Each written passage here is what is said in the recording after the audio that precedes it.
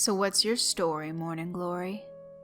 he asked her, staring into her big brown eyes. They were like two magnets pulling him in. Of all the juke joints in town, he had to walk into this one, where he would see this exotic gold-skinned beauty in a dress that could cure cancer. It was a red dress, one that had seen its share of blood and lives fucked up beyond redemption. If dresses could talk, this one could write an encyclopedia of misery. He hadn't given any of this the slightest thought.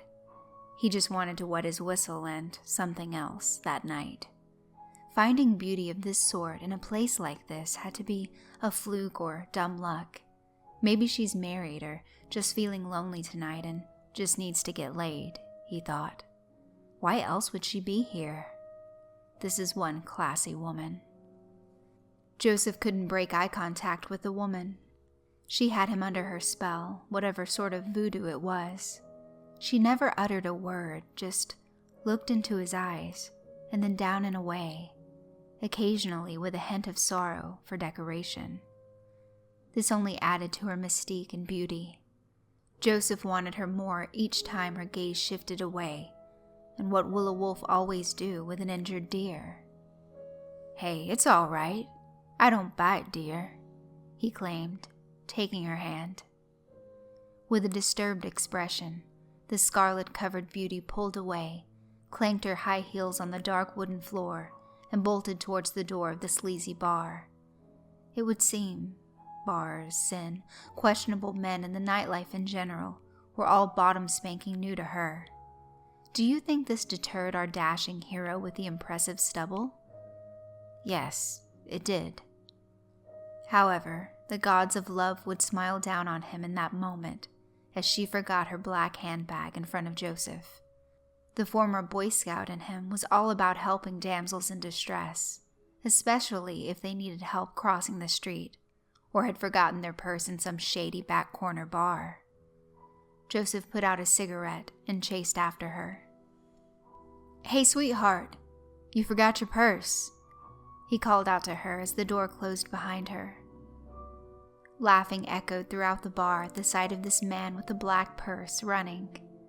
In his pursuit of this enigma, Joseph focused on her ruby red dress flowing on the other side of the glass as she turned to walk down the street.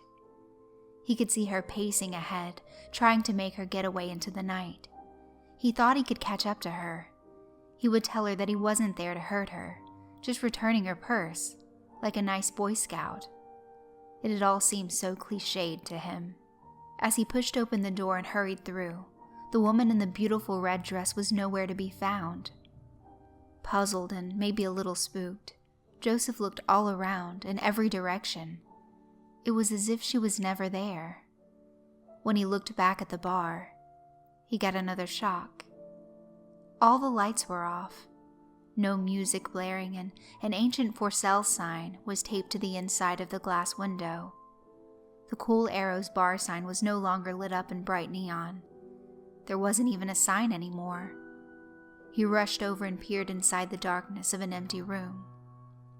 He looked down and was still holding the black handbag and his good intentions. What the hell? He questioned himself. Not a soul could be seen in the street. Not a car along the sidewalk. He was all alone. He reached into his pants pocket for his cell phone to check the time and day.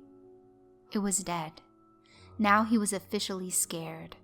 He began to walk down the street just wanting to get out of there, purse still in hand. Just then, Joseph could hear faint music down the alley to the left next to the bar. Unsure of what the fuck was happening, his curiosity got the best of his capacities. He began to seek out the source. As he came in closer proximity, he heard a familiar 80s song. Lady in red is dancing with me, cheek to cheek. There's nobody here, it's just you and me. It's where I want to be. Okay, time to get the fuck out of here, Joseph said as he turned around and dropped the black purse as his eyes widened at the horrifying sight in front of him. The beauty in the scarlet dress was standing before him, face altered. Now, a black goat's head stared back at him. All he could do was scream. "What do you think his problem was?" asked the scruffy old man sitting next to his buddy at the bar. Who the fuck knows? Hey, Clarence, I'll have another whiskey. Bring down that top shelf stuff. We're burning the midnight oil over here," said the old man to the barkeep. "Hey, Clarence, did you get a load of that broad in the red dress?" asked the first wino. "Yeah, if only that dress could talk," said the barkeep.